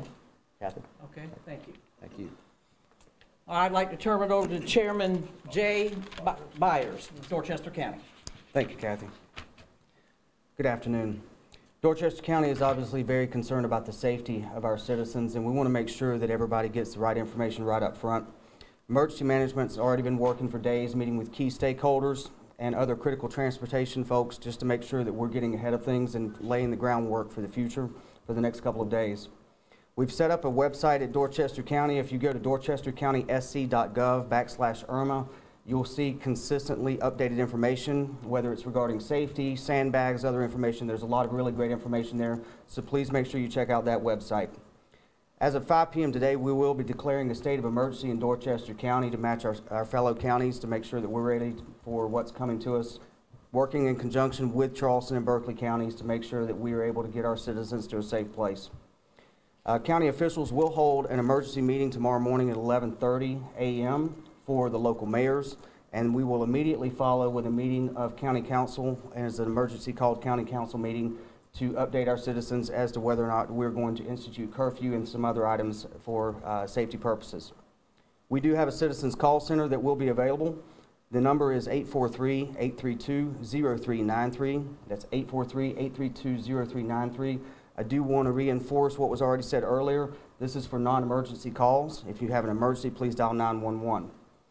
Sandbags will be available for Dorchester County citizens only starting at noon tomorrow. If you look on the website, you'll be able to find some pickup points for that. Please only use sandbags if you're in an area that's prone to flooding. We've had some flooding issues in the last 2 years. You're pretty aware of that, so we want to be able to use those for citizens that really do need those. By now, citizens should be in a plan to either evacuate or stay in place and plan for 3 to 5 days. We strongly encourage you to evacuate.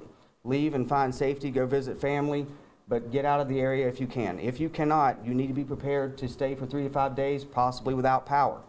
And that is something that you need to be prepared for. The storm surge is not the only thing that's going to be something that we're concerned about. You know, the last couple of years we've had major rain events that have caused some flooding in the low-lying areas around the Ashley River. So we do want to be prepared for that. You need to be aware of that and understand, don't drive through water. If you see standing water on the roads, please avoid that area. And in fact, you shouldn't be out during those times, but we've seen several cars in the last couple of years that have tried to drive through water. It is a mistake. Their cars have bogged down and then they get flooded and you start getting into a dangerous situation. Please don't do that. Dorchester County's here working for you. And one thing I just want to end with is this is an opportunity and for neighbors to help neighbors the next couple of days. County government, local government, state government, that's a tool to be able to make sure that, we're doing all we can. But nothing can replace the love in someone's heart to help out a neighbor. So if you stay for this storm, be prepared to put your gloves on, roll your sleeves up, and go to work the next couple of days afterwards. That's your chance to really show how much God loves everyone. Thanks, everybody, and stay safe. God bless you. Thank you. Louise, do you have anything you'd like to say about sheltering in general? Yes, thank you, Kathy. The Red Cross will work with our government partners to open shelters as needed. Evacuation shelters do not have cots. So make sure you bring what you need to be comfortable. That's your favorite pillow. Make sure you bring medications, something to entertain your children with, anything to make your stay in the shelter as comfortable as possible. Thank you. And Coast Guard, would you like to say something? Sure. As of noon today, the captain of the port set the port condition for Charleston at Whiskey, which means we anticipate within 72 hours gale force winds. So we're preparing with all of our state, local, and federal partners to make sure we have a plan in place for all of our commercial and hopefully recreational traffic out there. So we want to make sure that people are prepared. If you have a boat and you can trailer it. If you don't, make sure you have a plan so you're ready for the storm. Thank you. Trooper Bob. The Highway Patrol is prepared and we are ready. We are standing by waiting the governor's orders. As you know, we practice this reversal each and every year before hurricane season. We implemented this plan last year. It works because the community works with us. When you're asked to leave, then that's when you need to leave. What Kathy alluded to, for those of you that are thinking about, well, maybe I should go today, maybe I should go now. If you're thinking about going, you might as well go, because now you could stop at any exit you want. You can eat at every exit if you want. But once this plan is in place, you're going to be limited. So again, the evacuation routes are on the hurricane guide. This one's from EMD. And the hurricane guide, as you can see, they're well highlighted along the entire coast. It tells you what route to leave. If you're in McClellanville, you're going to have a different route than people in West Ashley. So know the route for your area. That's alleviating traffic on Interstate 26. Your GPS is going to want to take you on Interstate 26, and that's what we don't want. Use the route. All these routes will get you out of the low country safely. Thank you. Thanks. So I'd like to also mention, you've heard social media mentioned by my counterparts up here. Well, Charleston County is also in the social media game, and we have several means that we put out information also. Emergency Management has its own app that we put information on. You can go to any app, whatever app store you use, and download our app. We also have a Facebook page. County has Twitter page, and they use other means like and Facebook and all that type of stuff. So we use every means possible as my counterparts here to get the word out to our citizens. And so with that said, I'll open it up to any kind of questions. Kathy, how concerned are you that people are going to wait longer and longer because of this turn? When you have the meteorologists are all saying, waiting for this turn, waiting for this turn. How concerned are you that people might wait for that turn to happen? Well, that's always going to be a concern, and that's why we always try to encourage people to leave early.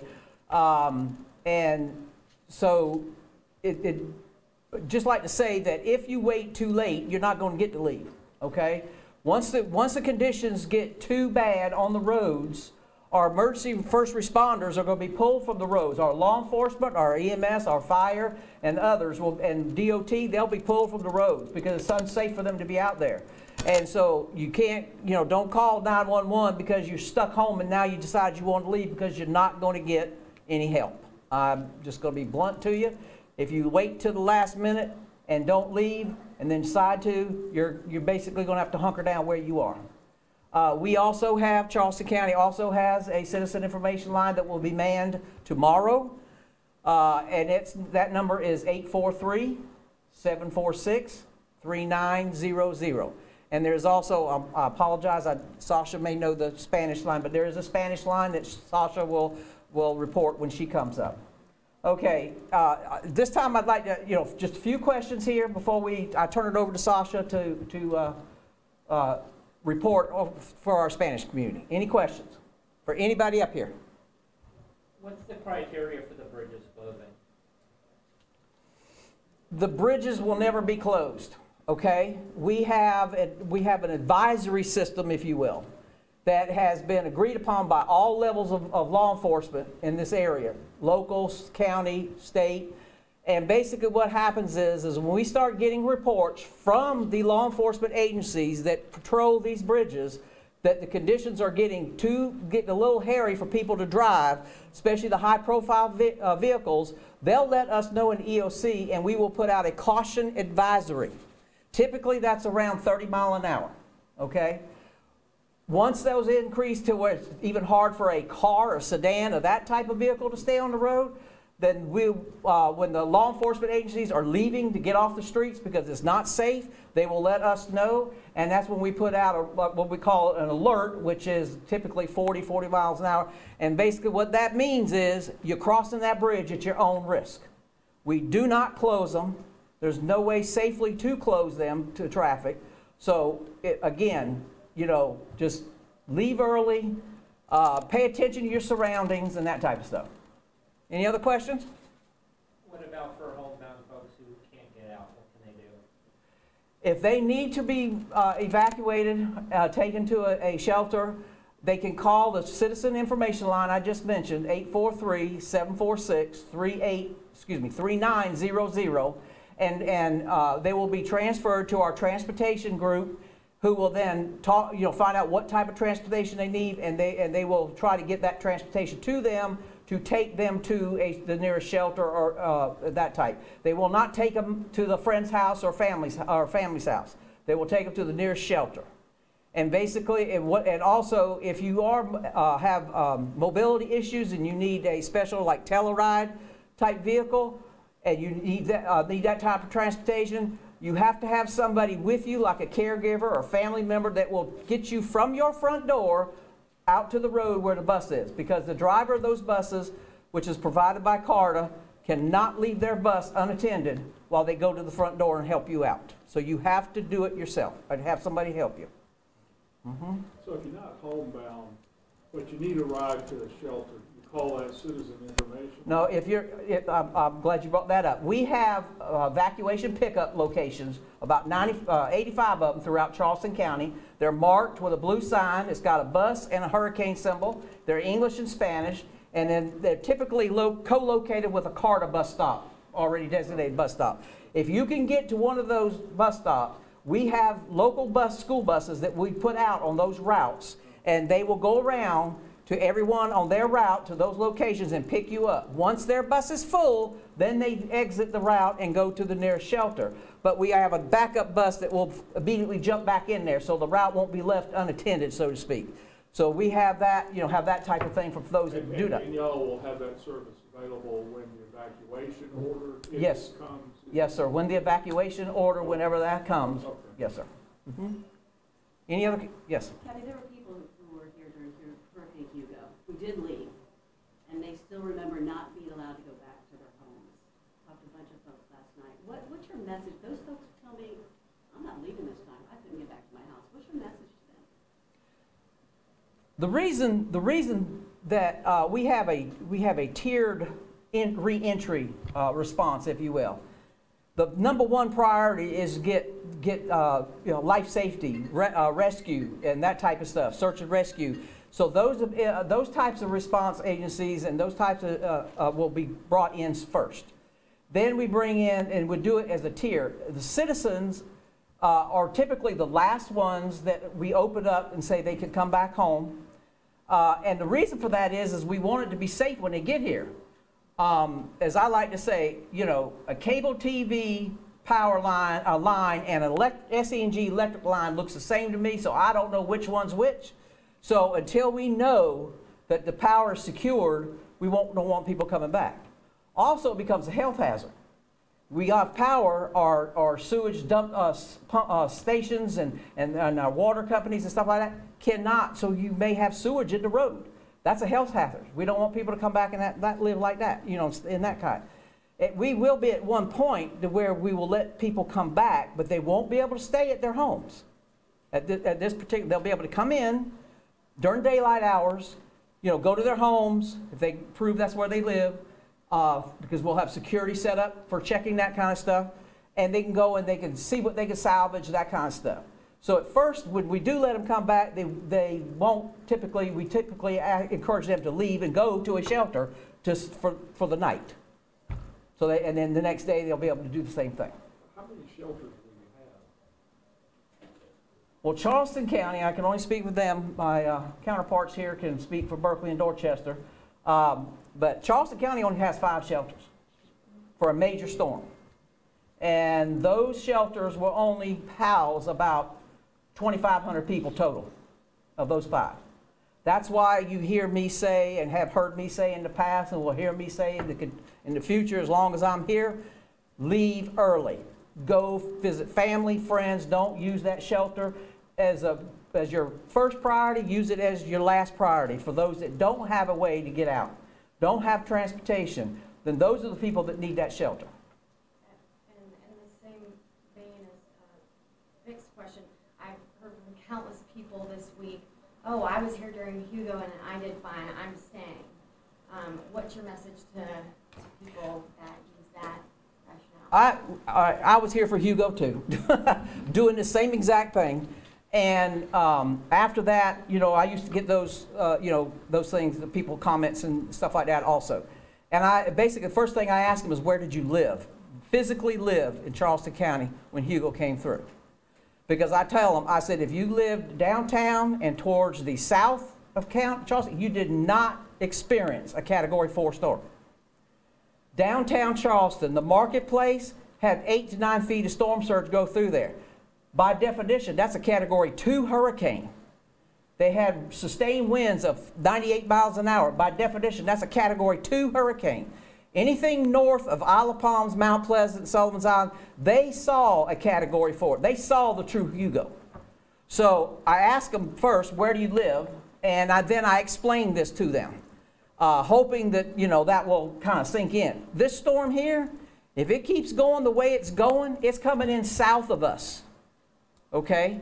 It's coming in south of Charleston County. If it sustains, continues the track that it's on right now. Again, that can change, as we all know, but if it continues this track, it's coming in south of Charleston County, which puts us, the whole county and Tri-County, in the worst part of that storm. The higher storm surge, the higher winds will be coming through our area if it goes. I know it sounds like doom and gloom, but if that's what it takes to make people leave and be safe, then I don't mind saying it. Okay? All right. Well, thank you. Let me cover one area real quick. Okay. Sure. They're the forgotten ones. The Charleston County Detention Center is going to stay open. We're not evacuating anyone. However, when the evacuation order comes from the governor, we will not allow any more visitation. If you're supposed to leave, you're not going to come and spend time at the jail. So when he announces the evacuation order, we're going to shut down visitation. The telephones will stay up as long as they can, but any administrative functions are going to shut down after the evacuation order comes. We're still going to take prisoners, our inmates. We're law enforcement functions are going to maintain in all 3 counties, I'm sure, but we do have jails that we have to consider. We'll be moving the juveniles from the juvenile facility to an isolated part of the main facility that's well above. We can move people well above any high water that comes up.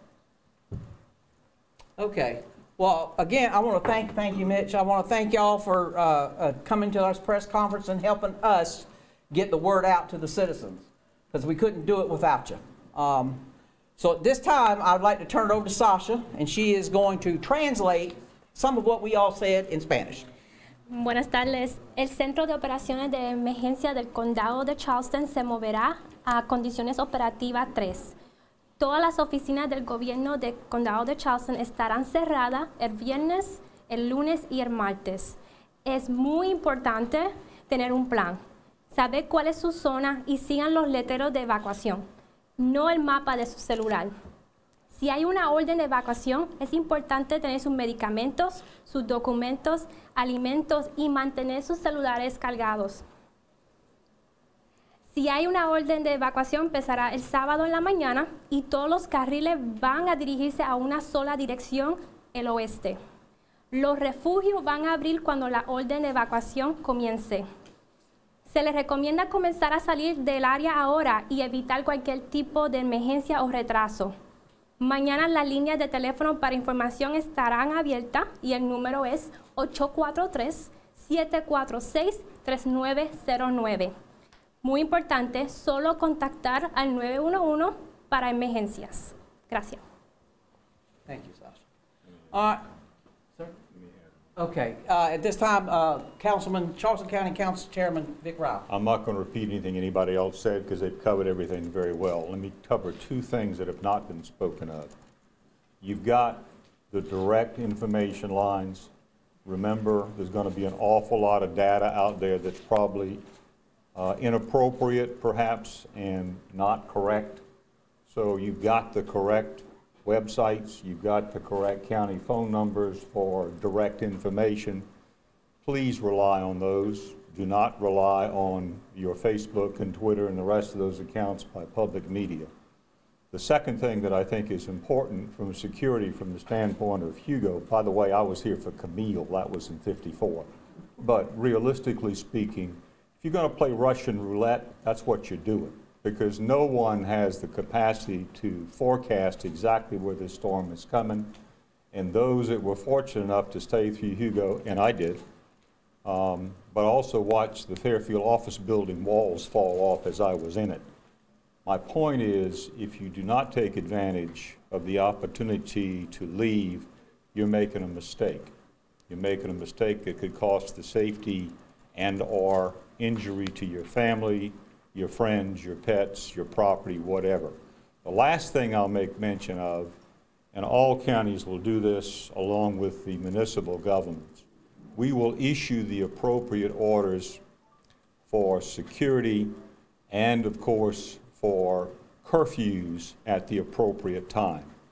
That should give you a little bit of comfort to know that we're not going to allow people on the street after a certain period of time, either downtown, on the beaches in Berkeley County or Dorchester County or anywhere else. So with regard to your comfort zone for securing your homes and property, understand that with the help of all law enforcement, state, sheriff, county, city, we will enforce those curfews so that you will have at least a comfort zone to know that your property left behind will be secured. That's all I'd like to add, and thank you very much for being with us. All right. Thank y'all. Appreciate it. All right, that's Kathy Haynes with Charleston County EOC, and really bringing in all the partners from Berkeley County, Dorchester County as well. And there are many people that are just joining us on social media or perhaps here on television. It is 10 minutes before the 4 o'clock hour. We heard from Governor Henry McMaster just a few moments ago, telling us there's a 99% chance that an evacuation order will be issued, and when that does happen, it will likely be around 10 o'clock on Saturday morning, which is when we will see those lane reversals on I-26. Highway Patrol suggesting in that press conference, if you're going to leave, why not leave today, tonight? Things are only going to get more crowded as we head in towards the weekend. And the other interesting thing I thought they said, in Charleston County alone, there are just 5 shelters, enough room for just 2,500 people. And of course, we heard from them as well, saying that those shelters will be open once that evacuation order is issued. So as soon as that happens, we will bring it to you. But we want to go ahead and check in with our chief meteorologist, Dave Williams. He's joining us with more on Hurricane Irma's path. Dave? Yes, and here is Irma. It's out in the Atlantic Ocean. It's moving off to the north of the Dominican Republic at this point. 175-mile-an-hour winds. That's 10 slower than yesterday at this time. And we've got to look at the small victories at this point because it's moving over very warm water through the Atlantic Ocean, headed toward the Bahamas, just off to the north of Cuba, headed toward South Florida.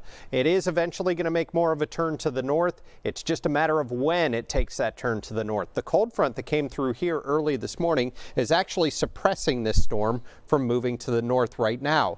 But once it clears that, it'll open the door for this storm to turn to the north, and that's what you're going to see right here in the spaghetti model plot. Now, we actually had a pretty big change in these spaghetti models even since when we were looking a little bit earlier this afternoon. The shift is toward the west. Now, that's not so good for the folks in South Florida because that would probably bring this storm into South Florida. If it goes up into the Gulf, all bets are off. But if it hits South Florida, that'll weaken it, and then it looks like it's going to push to the north, and the trend today is back to the west.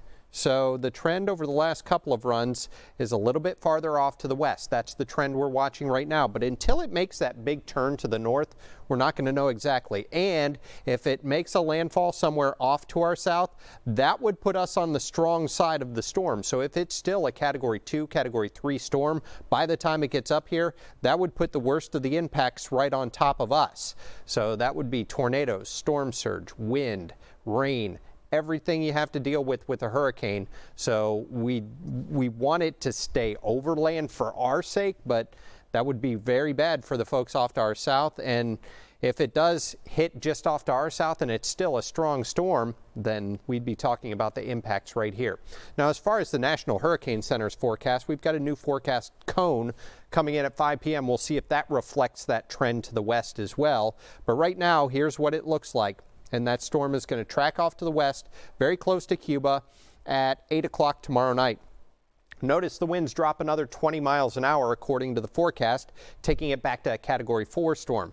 Then that turns to the north. And if it interacts with land, notice over half the cone is on Florida. So there's a high likelihood that it's going to come on shore somewhere in Florida. If not, though, it still has a chance to be over here on the east side of the cone, and that would keep it over water.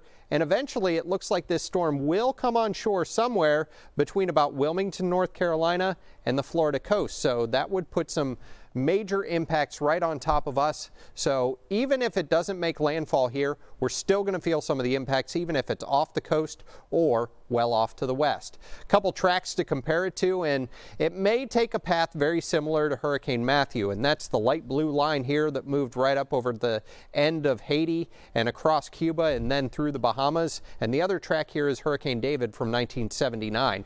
These tracks were very close to the Florida coast, and there they were. We watched Matthew just hug the coast, and then it continued to do the same as it came up into South Carolina. So these are two similar scenarios. Now, this would be better than, say, what Hugo would do because two reasons. One, this should weaken the storm a little bit coming up, and this would give us more of a glancing blow. Hugo came in at a right angle. That gave us the knockout blow, plus it was still a Category 4 storm. Hopefully it's not a Category 4 storm at the time it gets here, but we're still going to feel the impacts no matter what, just like we felt the impacts with Matthew and we felt the impacts of Hurricane David back in '79. The steering currents and what's going on right now. Here's an area of high pressure. We actually had a cold front, and there's a trough right here. It can't move up into that trough right now, and Irma sits down there right off the coast of the Dominican Republic. And then we've got our steering high pressure, which has been pushing this across the Atlantic Ocean. There it goes over toward the northern part of Cuba, and what happens is this little trough starts to push to the east, and high pressure starts to build in. So our storm down here in the Atlantic Ocean takes advantage of that door that is opened, and it starts to move to the north in between two areas of high pressure. But then, as quickly as one area of high pressure moves farther east, this one slips in behind it, and the clockwise flow around high pressure is what's going to push that storm back into the coast. So that's what we're going to have to watch over the next several days. Just another computer model solution here, and this is the next couple of days. 11 o'clock this evening, there it is in the Bahamas, moving up toward Cuba. 7 o'clock tomorrow morning, and through the day tomorrow it's going to continue to head toward South Florida, eventually trying to make a landfall. It's got plenty of warm water to move over. You can see where it's already moved and sucked the energy right out of the ocean. That's why the colors are a little bit lighter there. The darker colors indicate warmer ocean water. This ocean water here up into the Bahamas, about 88 to 90 degrees. It is slightly cooler here off the Florida coast, especially from the Space Coast up toward Charleston and continuing north. Our water temperature sitting just on the near shore, around 82, but out here in the Gulf Stream, about 86 to 88, so it's going to be highly dependent on where this storm tracks. I want to finish up here with what we know. We know Irma is a major hurricane. If it impacts land, it'll be a lesser hurricane. There's going to be a turn to the north. The low country is firmly in the forecast cone, and impacts are expected, especially as we go from late Sunday Monday looks like when we're really going to be under the gun, and then things improving throughout the day on Tuesday. So unlike Harvey, which sat around for several days around Houston, this one isn't going to stick around very long. The exact timing of that turn is what we don't know, and that's why it's hard to make the forecast and make the impact graphic a little bit early at this point. The exact track is not known, the future intensity is not known, and the degree of impacts not known. So we'll have to watch it very closely as that storm does turn, and that's not going to be until over the weekend. So we're preparing for the worst, but hoping for the best. And you know me, I say always prepare, don't scare. I'm not here to scare you. I'm just here to give you the best weather information we can possibly get you, Dean and Ashley. All right, Dave, thank you. We sure appreciate it. Something else that is beginning to happen today is we heard from the governor that there are 143 nursing home facilities and hospitals in the evacuation route. Those will begin to evacuate at some point today to get folks out of the area.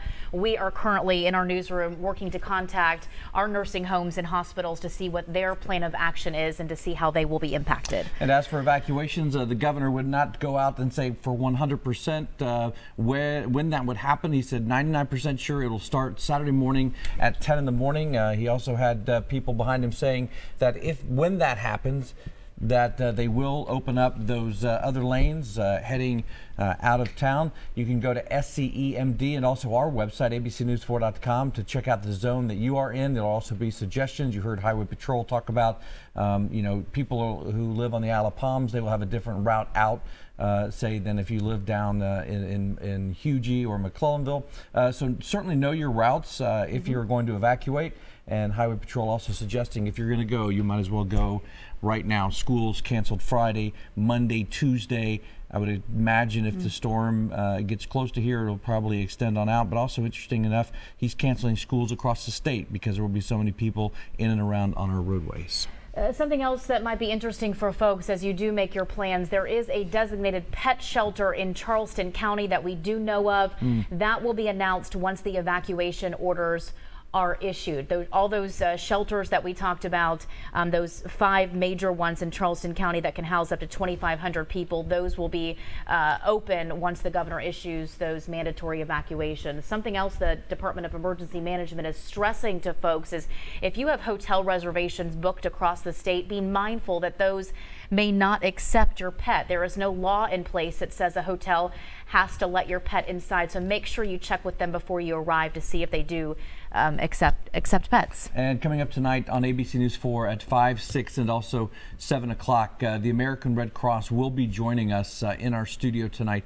If you have questions, anything about shelter or anything hurricane related that the Red Cross can help you out with, they will be here between 5 and 7:30. They will be here throughout our 7 o'clock newscast. That number to call, 881-3587, 881-3587. You see it there on your screen. But again, we will be showing that throughout our newscast at 5 o'clock. So they will have some great information. If you have concerns, Dave Williams will be back. Sonia Stevens is here as well with our team coverage as the new advisory will come out at 5. And we are looking forward to that. Go ahead and download our ABC News 4 mobile app. We are updating that constantly with the latest information on sandbags, shelter information, anything that you need to know. It is posted there. If you'd like to track Hurricane Irma with our weather app, you can do that as well. Something else that will be happening with our phone bank, the Highway Patrol will be in studio as well. So if you have any questions about your evacuation route, what is the best course of action for your family, Trooper Matt Southern will be in-house as well to take your phone calls. As we head towards the top of the hour, we'll also tell you that the bridges will never close. That was a question brought up today. They do not close these bridges down, but at some point in time, once the conditions become so bad, Highway Patrol or local law enforcement will leave their posts, and you can cross that bridge, but at your own peril. So, and as for people who want to know how this storm will affect them inland, Moncks Corner, Somerville, Walterboro, it'll certainly be a case by case as we head in to Friday, Saturday, and Sunday. Okay, we are going to return to our regular scheduled programming. Thank you for watching. We'll see you back here with the very latest information for ABC News 4 at 5.